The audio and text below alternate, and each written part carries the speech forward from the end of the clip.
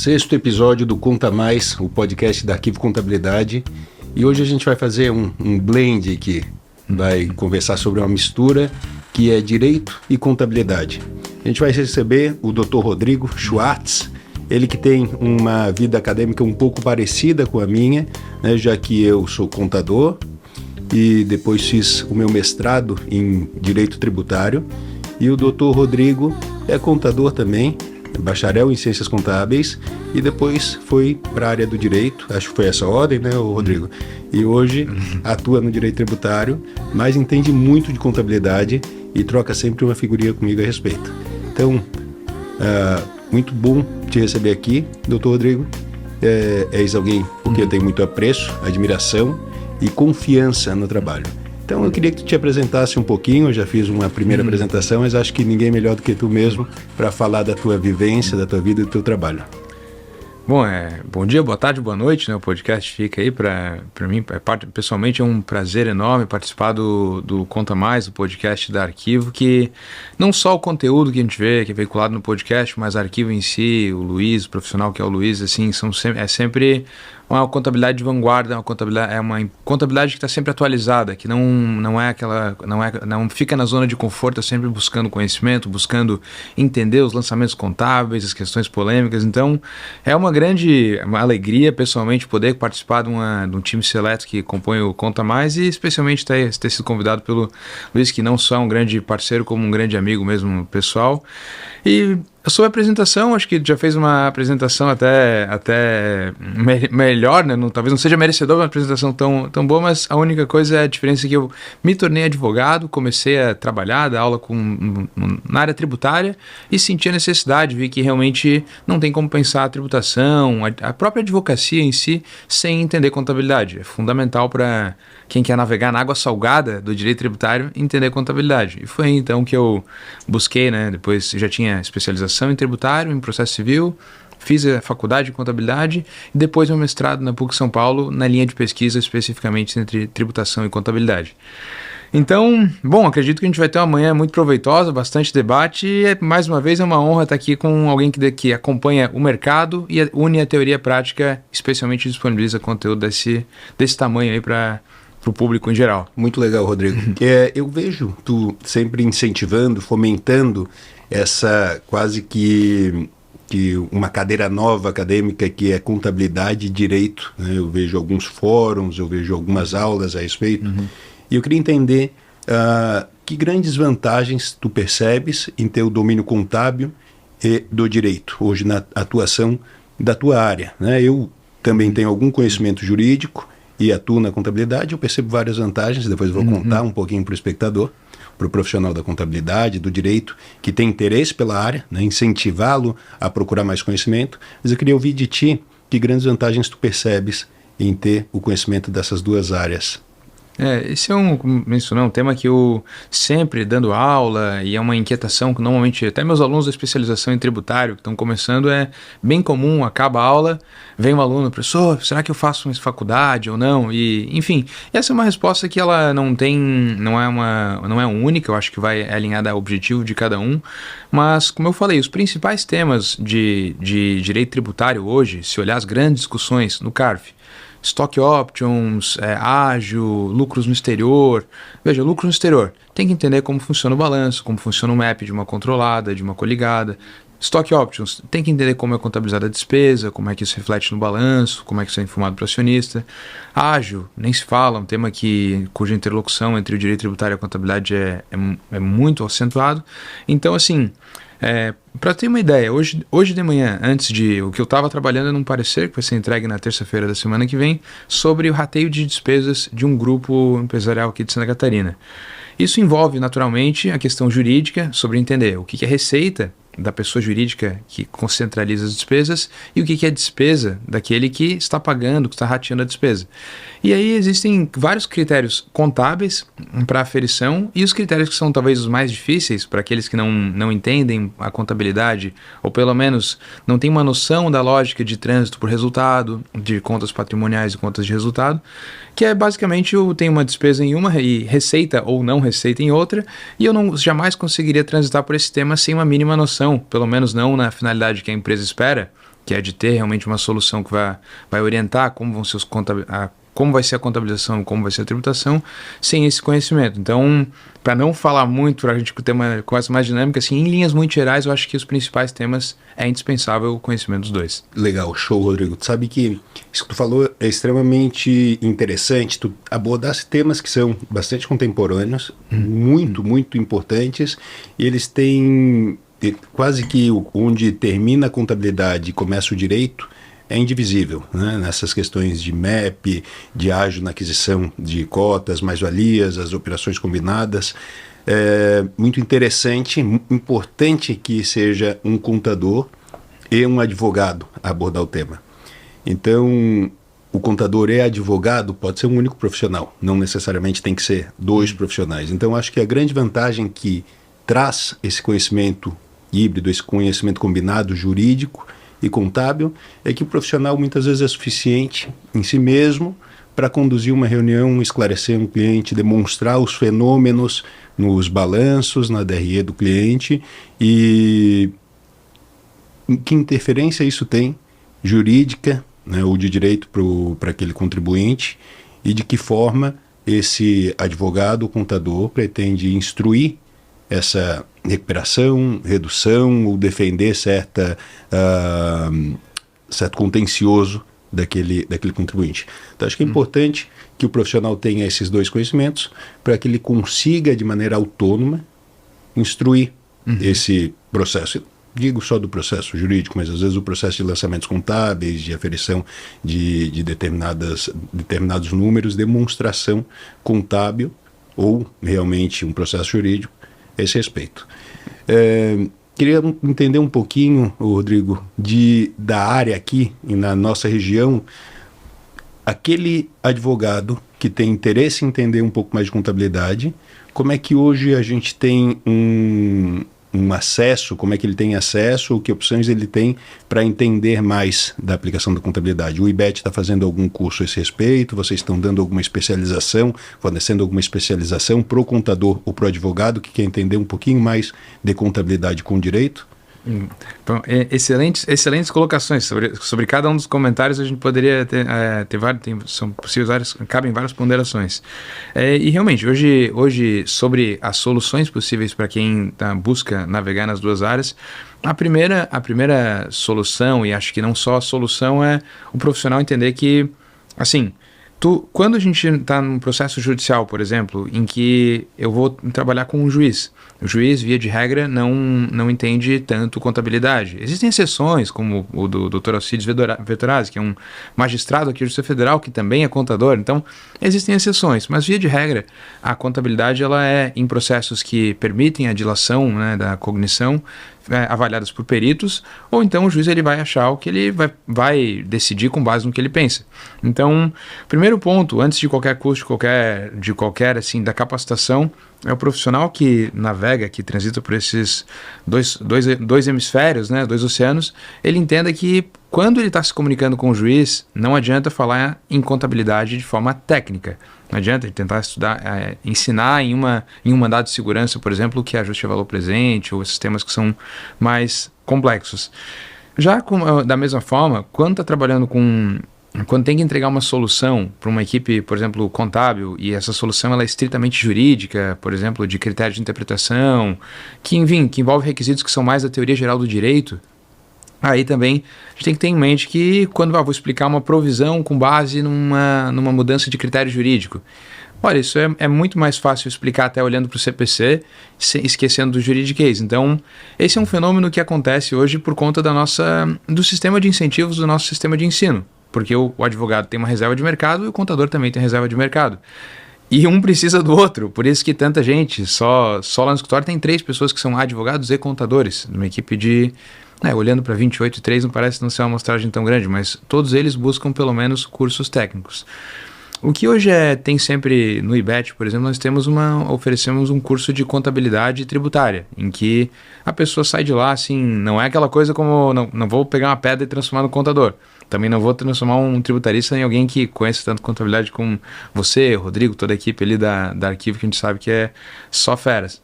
Mas a pessoa, pelo menos, tem condição de sair de um curso daquele e transitar, conversar com o CFO, conversar com o gerente contábil e explicar os temas que são mais afetos entre essas duas disciplinas.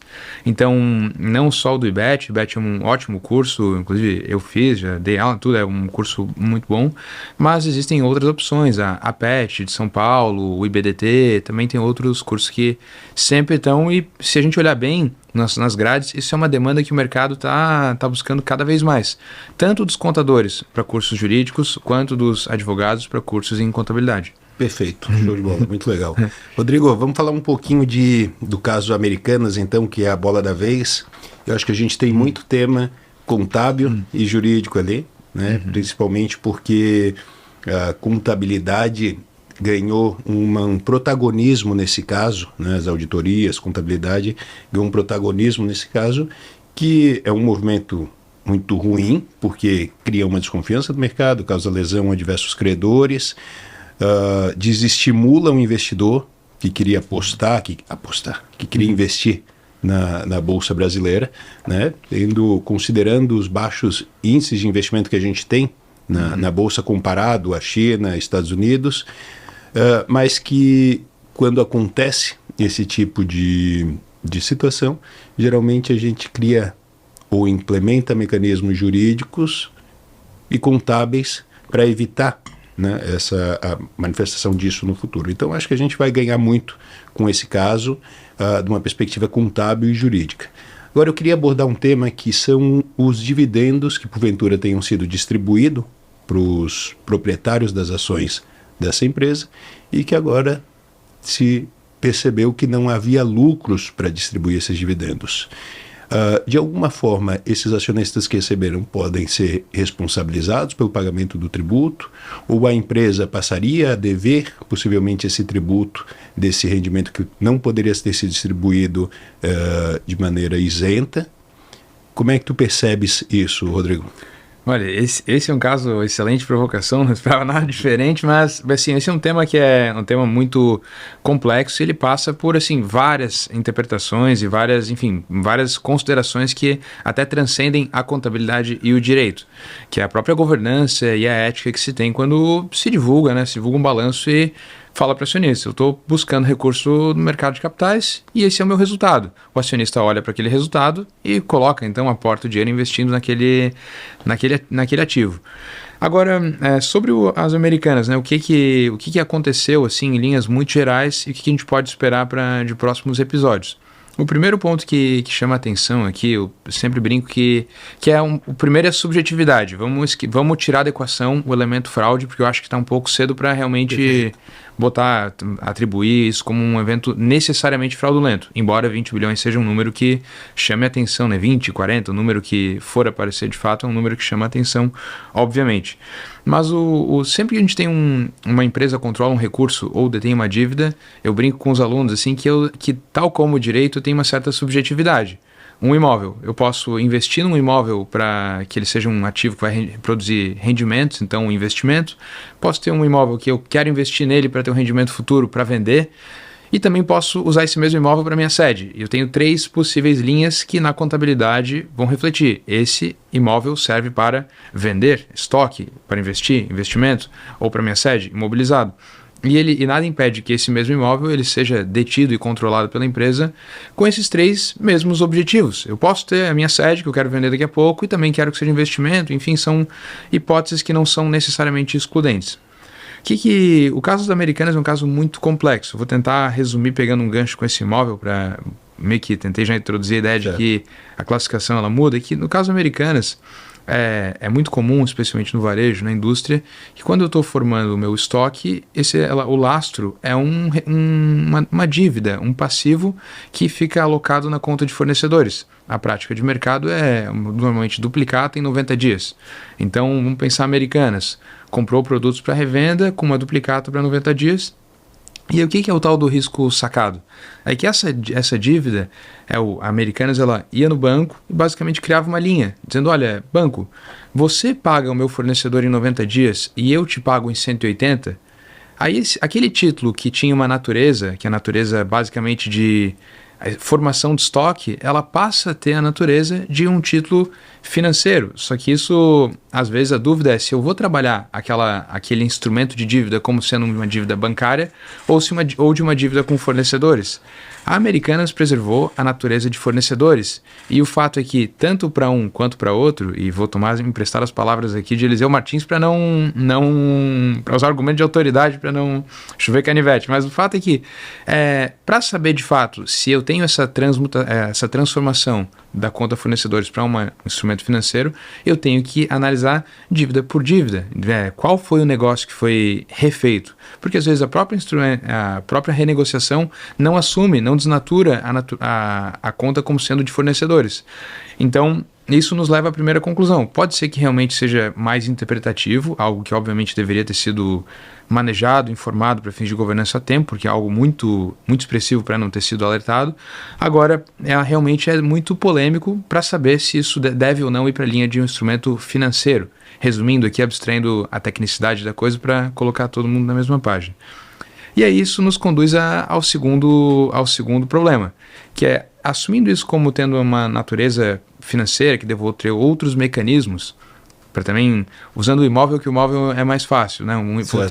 O imóvel, ele pode estar sujeito a depreciação, se for um imóvel operacional, ele pode estar sujeito a avaliação valor justo. Eu tenho diferentes naturezas que impõem diferentes critérios contábeis para evidenciar, né, usando a terminologia contábil, a natureza, e eu mensuro e evidencio a natureza daquele bem a partir da conta e da mensuração. Então, se de fato fosse um instrumento financeiro, o valor da dívida teria que ser levado a resultado, e isso obviamente aumentaria a despesa e faria com que naqueles exercícios o lucro que foi demonstrado fosse um lucro artificial, o que aí a gente nos leva a várias possíveis discussões. Sim, as implicações são inúmeras aí, não só tributária, mas também tributária, né? Isso. No tributário, uma que se pode pensar, a própria, assim, se você distribuiu ao acionista e a natureza que foi atribuída foi a de dividendos, seria eventualmente a glosa, a não aplicação da isenção. De isenção que se tem aos dividendos. Perfeito. Né? Esse é um. Mas assim, aí as alternativas vão muito longe. Sim. E aí quem reclamaria, obviamente, é a Receita Federal. Agora, a pergunta é, o acionista poderia, sob alguma perspectiva, na tua opinião, ser sujeito passivo nesse reclame da Receita Federal, ou tão somente a SA? Excelente pergunta. Existe um dispositivo que é no CTN que impõe a responsabilidade não só aos administradores e, enfim, pessoas que agem em infração ao estatuto, mas também àqueles que possuem interesse comum no fato gerador. Então, se de fato ficar provado que, olha, houve uma fraude contábil arquitetada pela cúpula ou por alguns diretores específicos que tinham interesse em preservar aquela conta artificial, e isso gerou uma arrecadação de tributo a menor ou aproveitamento de alguma isenção, isso sim pode recair na responsabilidade solidária, tanto pelo interesse comum do fato gerador, quanto na responsabilidade pessoal daqueles que são responsáveis por esse débito. Então, eu estou bem curioso para saber o que vai acontecer. Vai se desdobrar isso aí, né? Pode existir um credor ainda que nem consta nesses balanços e que não estaria sujeito à recuperação judicial, que é o credor do tributo, né? A Receita Federal nesse caso. Rodrigo, tu falaste uma coisa que eu acho que é muito, muito importante, contemporânea e que a gente pode dar uma dica, esclarecer um pouco, tanto o advogado quanto o profissional de contabilidade e o empresário que está nos assistindo, né, sobre a característica de um imóvel, né? Porque um imóvel é um imóvel, mas a empresa pode registrar no seu balanço, por exemplo, como uma propriedade para investimento, como um ativo imobilizado, caso ele gere renda ou tenha expectativa de geração de renda futura, ou mesmo como um estoque, caso aquela empresa tenha como atividade operacional a compra e venda desses imóveis. Recentemente a gente teve uma solução de consulta curiosa em que a Receita, os órgãos da Receita Federal, admitiram que um imóvel que já tivesse sido alugado, né, e, portanto, considerado como um ativo imobilizado na empresa, pudesse ser transacionado depois, num evento futuro, como estoque, tratando aquela receita como operacional. Queria entender um pouco como é que está isso hoje de um ponto de vista jurídico, se existe uma definição já disso, se depende do caso concreto, para a gente esclarecer um pouco o contador e o advogado que pode estar com essa dúvida lá no seu cliente. Eu sempre brinco que o Luiz sempre é um cara muito atualizado, sempre acompanhando as discussões. Esse é um tema que está sempre voltando aos holofotes dos debates, aí, mas realmente é um tema que é muito relevante e tem sido objeto de várias soluções de consulta, né? Hoje prevalece que existia uma instrução normativa que vedava, era como se fosse assim, uma vez contabilizado o imóvel, não pode alterar a natureza. Então, para que o nosso ouvinte fique na mesma página, se eu tenho um imóvel, uma empresa de lucro presumido, que é o amplamente adotado pelas empresas de construção civil ou dedicadas ao mercado imobiliário, quando eu tenho um imóvel em estoque, esse imóvel ele é sujeito à receita bruta no lucro presumido, que tem os percentuais relativamente reduzidos quando comparados, né, via de regra, à metodologia do ganho de capital. Então, via de regra, a receita bruta é mais favorável do que o ganho de capital, especialmente se a gente contar a depreciação. Então, o que acontece, e acho que é um grande erro para os empresários, até mesmo profissionais que atuam na área, assim, é que quando ele vai vender, às vezes ele olha um imóvel depreciado, um imóvel que está contabilizado lá como ou imobilizado ou investimento, e pensa, putz, a carga vai ser muito alta. Já sei, vou reclassificar para o estoque e vender como se fosse receita bruta. Esse é o caso perfeito da pessoa que vai se incomodar com a receita. Por quê? Porque a receita, para ser receita bruta, você tem que ter ou isso no objeto social, tem que ser explorado de forma economicamente e ativa. Não basta a mera reclassificação, então a promoção da venda. Esse é um tema que desencadeia muitas e muitas autuações e que dá margem, inclusive, indo um pouco além do teu questionamento, se me permitir, Luiz, qualquer coisa tu me interrompe. Não, fica à vontade. Mas é que tem um caso que foi muito interessante, que foi o caso da Transpinho, que foi um planejamento tributário que perdeu no CARF e ganhou no judiciário, em que a empresa ela tinha imóveis que eram uma empresa que explorava recursos naturais dos terrenos, então não chega a ser necessariamente agrícolas, mas recursos minerais. Madeira, do caso, né? Então, aí eles depreciavam o imóvel no real, depois eles tiravam esse imóvel e teve vários atos societários, sim, mas sistematicamente ela tirava esse imóvel do seu imobilizado e aportava, então depreciava no real, aportava isso numa empresa do lucro presumido a partir de uma cisão. Perfeito. E vendia como receita bruta. E o fisco entendeu como sendo um planejamento válido. Que um deslocamento de base tributária, a União alegou nesse caso? O auto era basicamente no sentido de que essa empresa que vendia os imóveis e que, imagina a redução da carga, porque você deprecia no real e vende no presumido com o melhor regime. Então, o fisco ele disse que essa sendo era irrelevante lá o custo de aquisição, né? Então, o melhor dos mundos estava aí. Isso. Inclusive, ele chama de casca, era uma mera casca para vender os imóveis. Assim, é um auto bem, bem interessante. Tem um voto maravilhoso do conselheiro Luiz Flávio Neto. Mas, então, a ideia, assim, é que existe uma margem de manobra, vamos dizer assim, mas por que foi julgado favorável? E isso que é muito importante para os nossos ouvintes. Foi julgado favorável porque a empresa, de fato, exercia aquela atividade imobiliária. O que não dá é basicamente olhar para a classificação contábil e buscar melhor regime fiscal do dia para a noite. Isso tem que, de fato, ser objeto de um planejamento, de exercício Perfeito. De uma atividade empresarial, para aí sim conseguir contornar esses desdobramentos, né, que são tributários e contábeis também. Eu acho que tem três lições importantes nesse caso que foi relatado, para a gente passar uma dica aí para o contador e para os advogados. O primeiro é que o fato jurídico e o caráter contábil não é sensível à vontade do teu cliente de pagar menos, né? Então a gente precisa registrar e tratar aquele fato como sendo um fato jurídico, um fato que realmente aconteceu, então interpretá-lo e não inventá-lo, dar um caráter que ele não tem, né? Então isso é uma lição que eu acho que é bastante importante.